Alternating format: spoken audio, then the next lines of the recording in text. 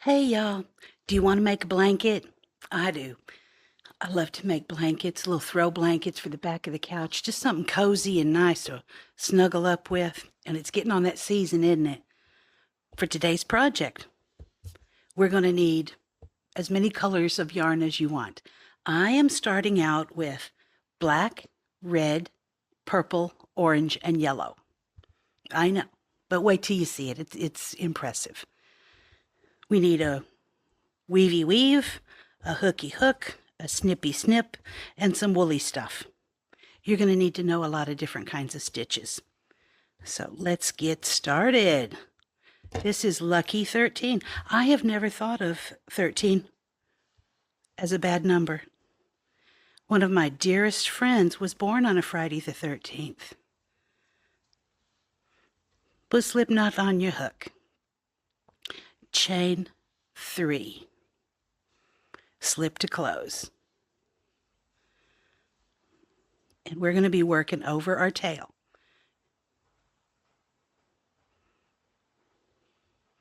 Chain 2. That doesn't count for nothing. It just needs to bring us up to the height and will help close a gap over there. We're going to make 13 double crochet stitches into our little ring.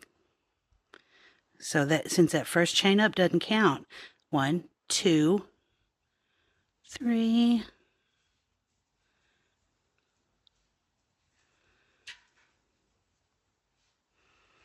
I know I'm using black and it's hard to see, but honestly this part is real easy, and I know if y'all have worked with me, we have done this many times.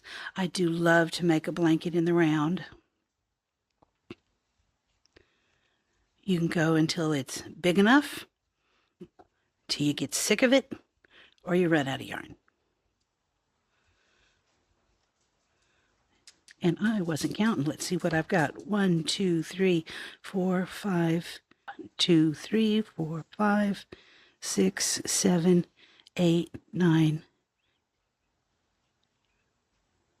10, 11, 12, and 13. Skip over that chain up that we made. That don't count for nothing. Just gonna fill in a little gap right here. Slip into the top of the first actual stitch and slip to close. Chain 1, and we're going to change colors.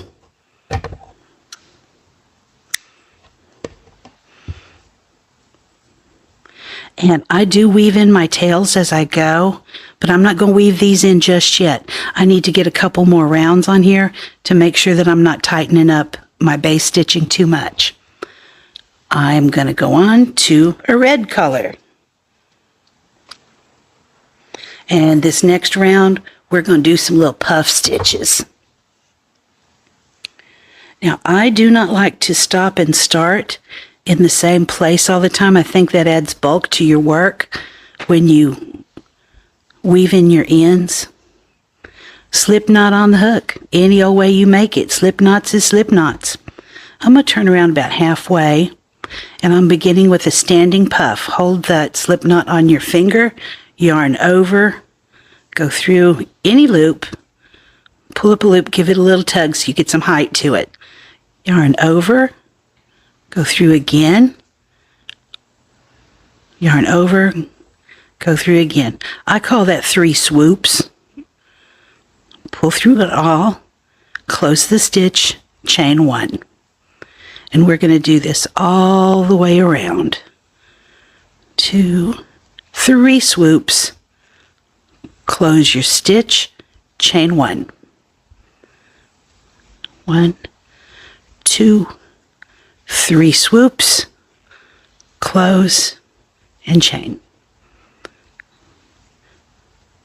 We're going to do this all the way around, and when you're done, you will have 13 puff stitches.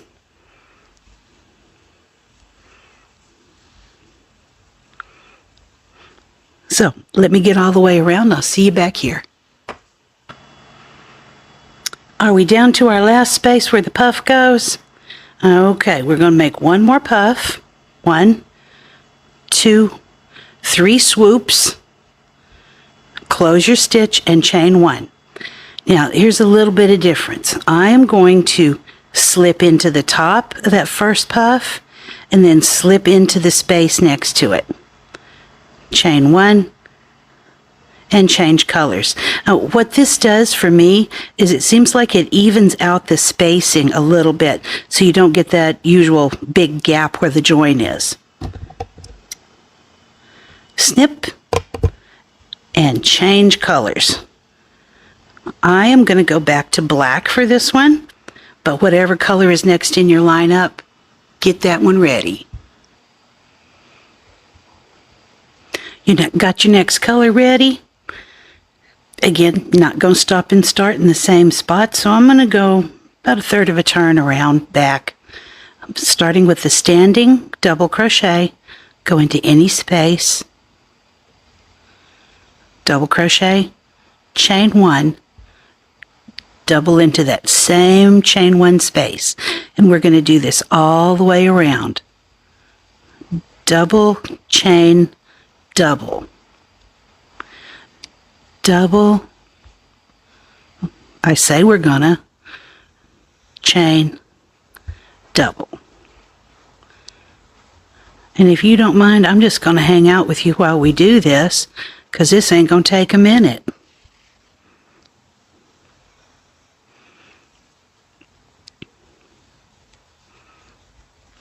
And just to tell you going forward, once you get your sit-up rows done, this is going to be just a 3-row repeat.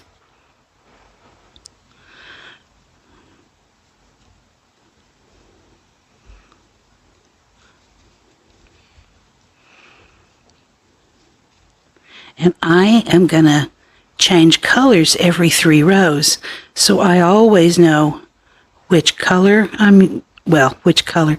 I change colors because that helps me count the rows.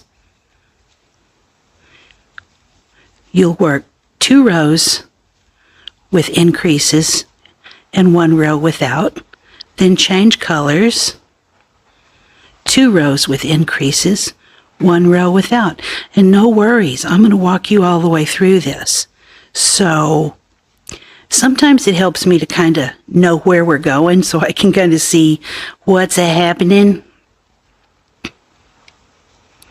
Okay, double, chain, double, all in that chain 1 space. Should have something that looks a little bit like this. Don't worry if it curls a little bit. Your next row is going to settle all that down. Instead of working into the top of the chain, go into the space, slip to close, chain 1, change colors.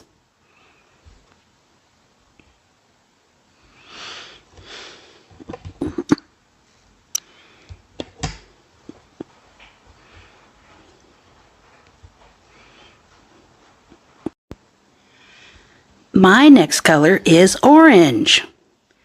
So, not going to stop and start in the same spot, come around a little bit. Standing double crochet. Hold that loop on your hook, yarn over, go into any chain 1 space, pull up a loop, pull through 2, pull through 2. Just like a regular old double crochet.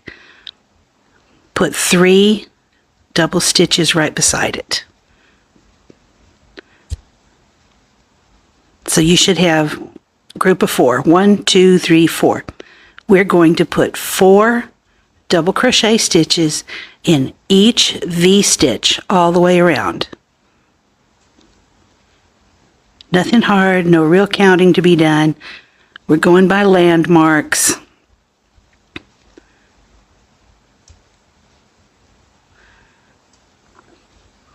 Four double stitches in each V-stitch all the way around.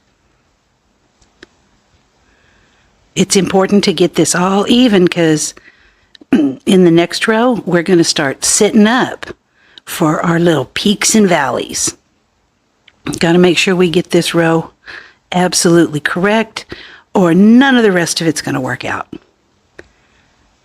But it's easy, right? You had 13 V-stitches and we're going to put groups of 4 double crochets into each V-stitch.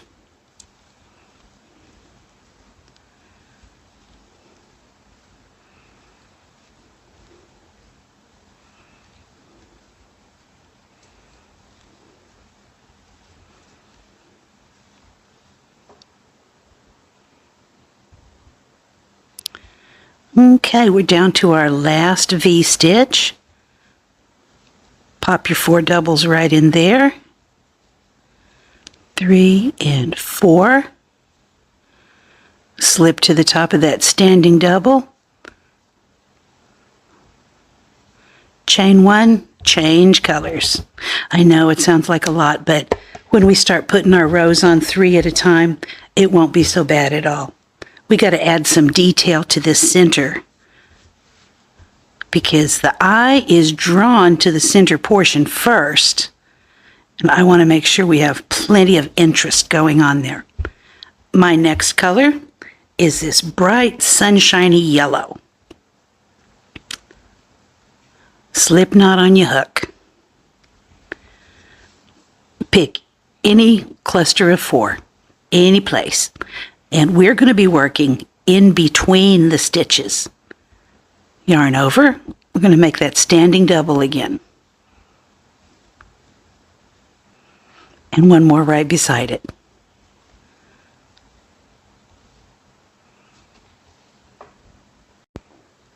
And, I'm sorry.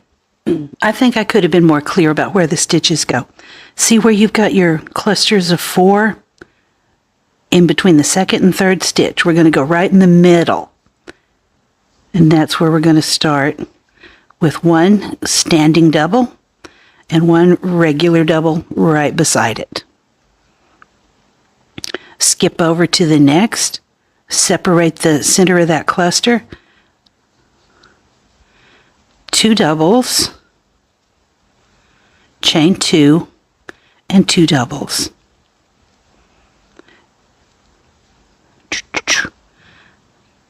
Separate the cluster,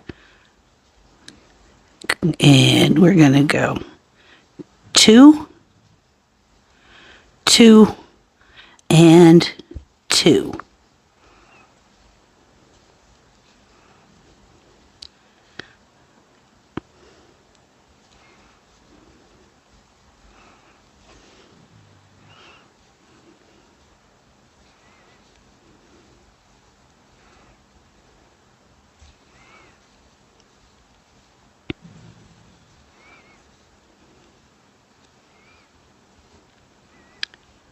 Get right in there between them stitches,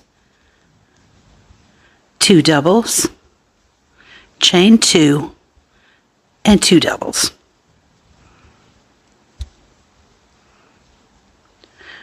We're going to go all the way around in this manner, and I'll meet you when we start here because we got a little something different to do.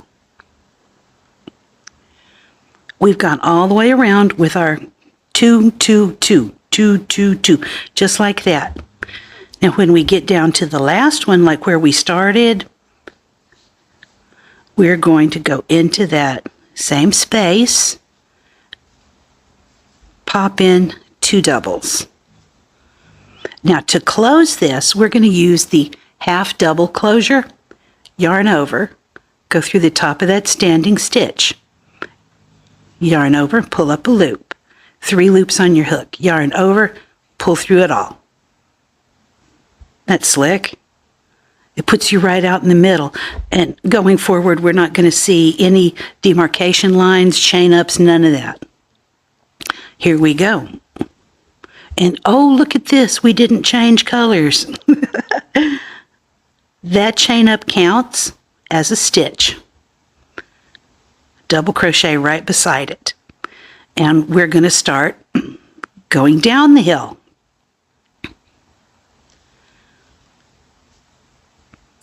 Catch that first stitch in the cluster. Skip 2. We're going up the hill. And then 2, 2, and 2.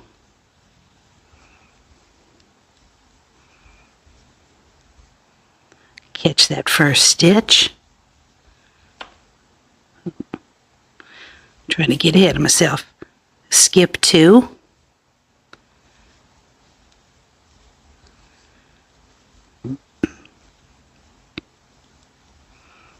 Two, 2, and 2.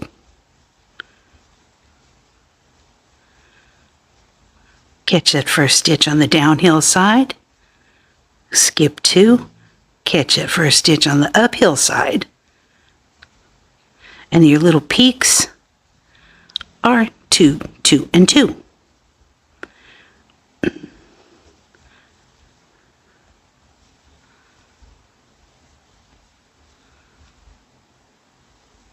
See how that increase is working itself right in there? Once you get the rhythm of this, you're going to make a dozen of these blankets.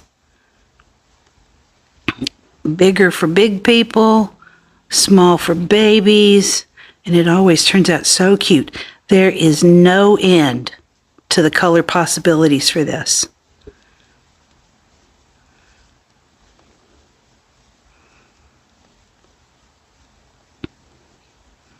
I bet this would be pretty in a gradient. Kind of get that starburst pattern really happening. Catch that first stitch, go downhill, skip 2, get that stitch, and work your peak into the chain space. 1, 2, 1, 2, 1, 2. Am I being too repetitive? I never know. I just sit here and stick my nose in my crochet, and sometimes I never know if I'm appropriately working my mouth and my hook at the same time. See, there you go. We're starting to sit up for our little peaks and valleys. That's how it works all the way around. You get the first stitch of the uphill, and then first stitch for the downhill. In your little chain spaces, you're going to go 2 double crochet, chain 2, 2 double crochet, catch that stitch on the downhill, skip 2, catch that stitch on the uphill, and then work your peaks. On and on it goes all the way around. Did you get all the way around with your repeat?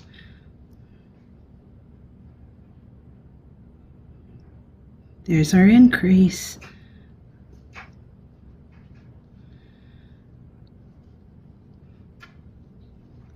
And then to close, we're going to do just like we did before. We're going to use that half double closure into the top of that chain 2. Yarn over, pull up a loop, yarn over, pull through all 3. There you go.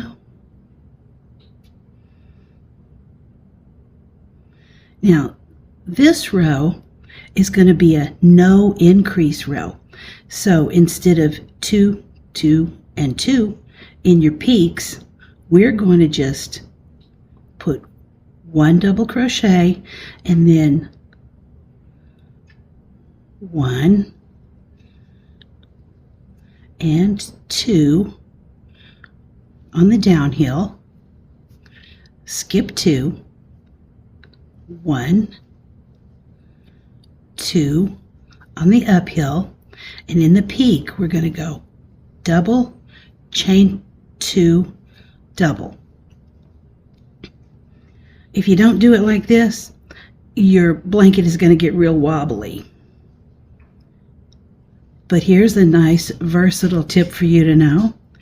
Anytime you feel like your blanket is getting too tight, like it's rolling on the corners and stuff, you can work a row of increase with an increase. If you think it's getting too loose and getting kind of sloppy, you can work a row without the increase. Everybody's hand and everybody's tension works a little different. This is a no increase row.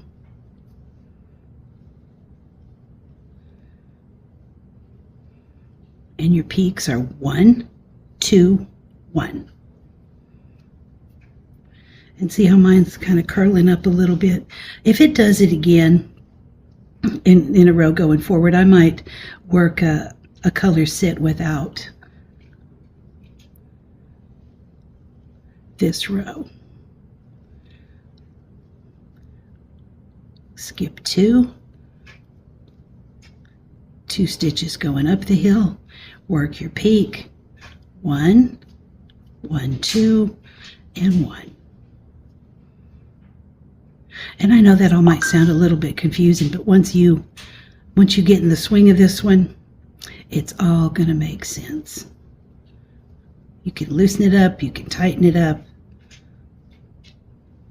You can use any yarn you want, any hook you want.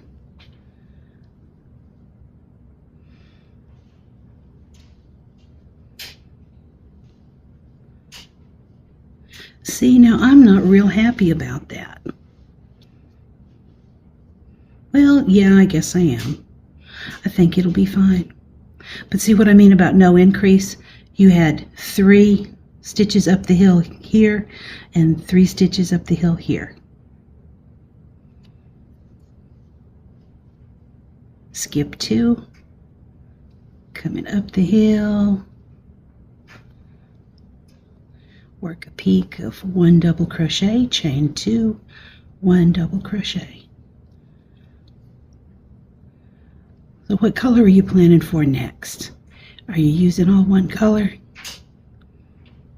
Now that I have in mind that gradient yarn, I can't wait to get this one off the hook and go find some gradient. I know I have a yarn stash that is going to outlive me. I know, but it is such a joy for me. Sorry, my clothes are dry. It is such a joy for me to get something in mind that I want to make, or the way I want a particular project to look, and I go upstairs in my attic and I go shopping in my own stash, and I can do whatever I want right now and don't have to go shopping. I have gotten smarter over the years about my yarn purchases, because I would buy something because I thought it was pretty, but I would only buy one. And I was very foolish about that stuff. And then I either had to make some very scrappy projects to use some of it up, or I had to find a whole bunch of one skein projects. So now when I buy yarn, I certainly buy less often, but I do purchase enough to be able to complete a whole project.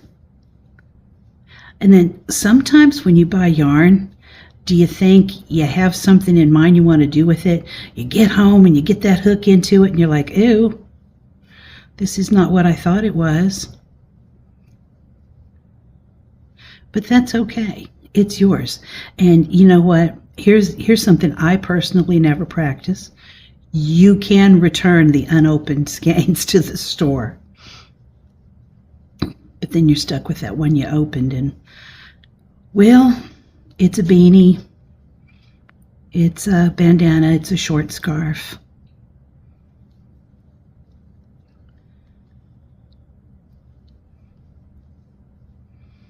How's it going? You coming along okay? And here we are back at the beginning again. That row went real quick. Make your double crochet and do your half double closure. Chain 1, and we are gonna change colors.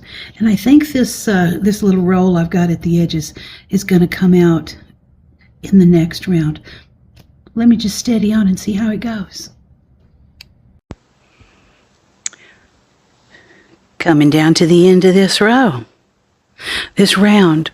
They're rows, they're rounds, they're rows. I don't know.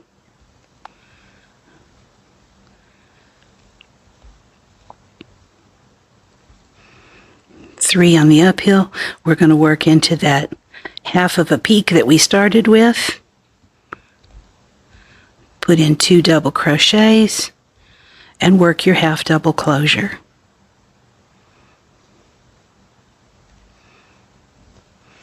And you see how There's no lines of demarcation or anything going up. You're hiding it all in those corners. So this one is a round where we won't be using any increases. So see here you have 1, 2, 3, 4, 5, 6. You're going to have 6 in your next little clusters on the up and down hill sides. Chain 2. And if you're ever in doubt, you can count backwards. Okay, you know you're going to skip those 2, and I'm going to need 6 altogether. So there's 1. 1, 2, 3, 4, 5, 6. And that will give me a good indication of where to start. So there's 2, 3, 4, 5, and 6. Perfect. So I'm going to skip 2. We're going to go up the other side. 1, 2, 3, 4. 4 steps up the hill. Work your peak, which this time will be 1 double crochet, chain 2, 1 double crochet. See how we're working that without the increase?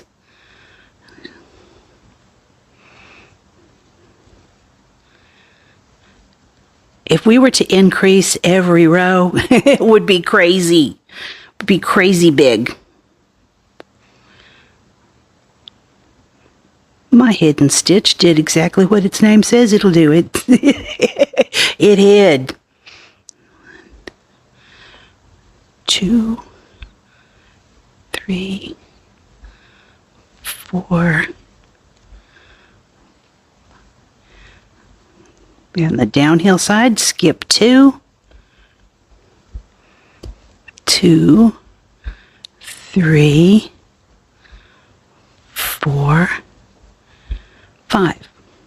And that's your peak again. 1 double crochet, chain 2, 1 double crochet.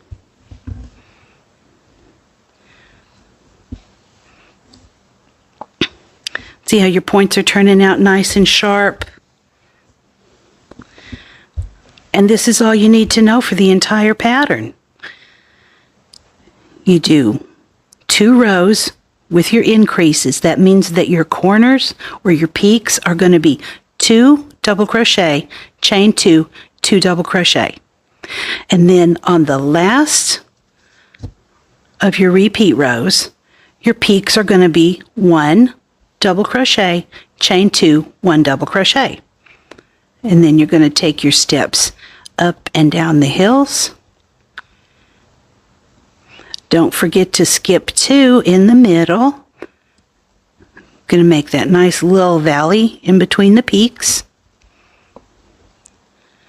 And you just keep repeating 1, 2, and 3 of the repeat rows until your blanket is as big as you want it.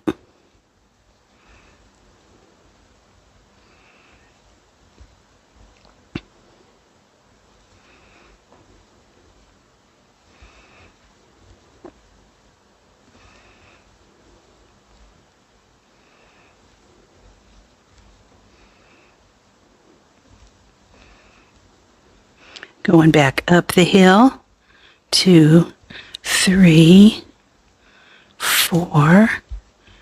Work the peak of 1 double crochet, chain 2, 1 double crochet. So see where we started with the purple. That's an increase row. Row 2 of the purple, also an increase. Row 3 of the purple, no increase. And when you change colors again on your next round, that's going to be, you're going to work 2 rows with the increases and 1 row without. Change color. See what I mean about changing color every 3 rows? It's going to help you keep track of where you are and what you're doing. And the effect that you get that way, it's going to be amazing. Let me get a few more rows into it and I'll check back in with you. I've put on another row. And you can see on the increase rows, the points are nice and sharp. So if I were going to end on a row, it would definitely be on one of the increases. And let me show you how I would put the finishing touch on this blanket.